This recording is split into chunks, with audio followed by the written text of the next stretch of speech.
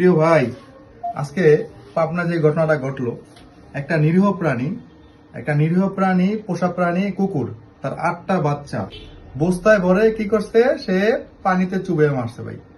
এই যে একটা ঘটনা ঘটলো, আমাদের স্পষ্ট, যেহেতু আমরা মুসলমান, স্পষ্ট হাদিস শরীফে আছে যে কোনো একটা পাখিও যদি আপনি নির্মম ভাবে এটার উপরে আঘাত করে এটাকে আপনি শেষ করেন, কাল কিয়ামতের দিন ওই পাখিটাও কিন্তু আল্লাহর কাছে আরজ করবে যে আমাকে নির্মম ভাবে মারা হয়েছে বা নির্মম ভাবে এরকম কিছু করা হয়েছে। তাহলে কেন ভাই, কেন মারতে হবে আমরা এই পোষা প্রাণীকে?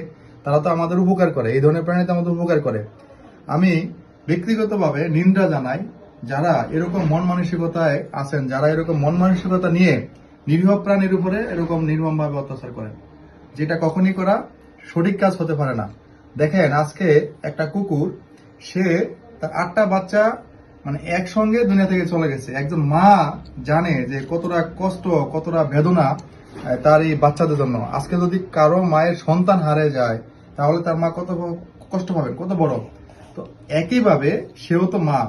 এই যে কুকুর যে যার যে বাচ্চাগুলা মারলো, যে কুকুরের যে মা কুকুরটা, তার ভিতরটা অন্তরটা আপনারা যারা ভিডিওটা দেখছেন, দেখেন সে তার যে মারা গেছে যে 8টা বাচ্চাগুলোর কাছে গিয়ে সে কিভাবে তাদেরকে আদর করতেছে, সে কত যন্ত্রণা, কত কষ্ট নিয়ে সে আছে। সুতরাং আমি বলবো সবাইকে, আপনারা কখনো নিরীহ প্রাণের উপরে এইভাবে অত্যাচার করবেন না, সেটা আল্লাহ তাআলা কখনোই পছন্দ করেন না।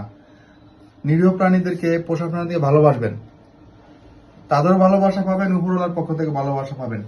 তো এই ছিল আজকের মেসেজটা। ভিডিওটা ভালো লাগলে অবশ্যই সবার মধ্যে ছড়িয়ে দিবেন। ভালো থাকবেন সবাই, ধন্যবাদ সবাইকে, আসসালামু আলাইকুম।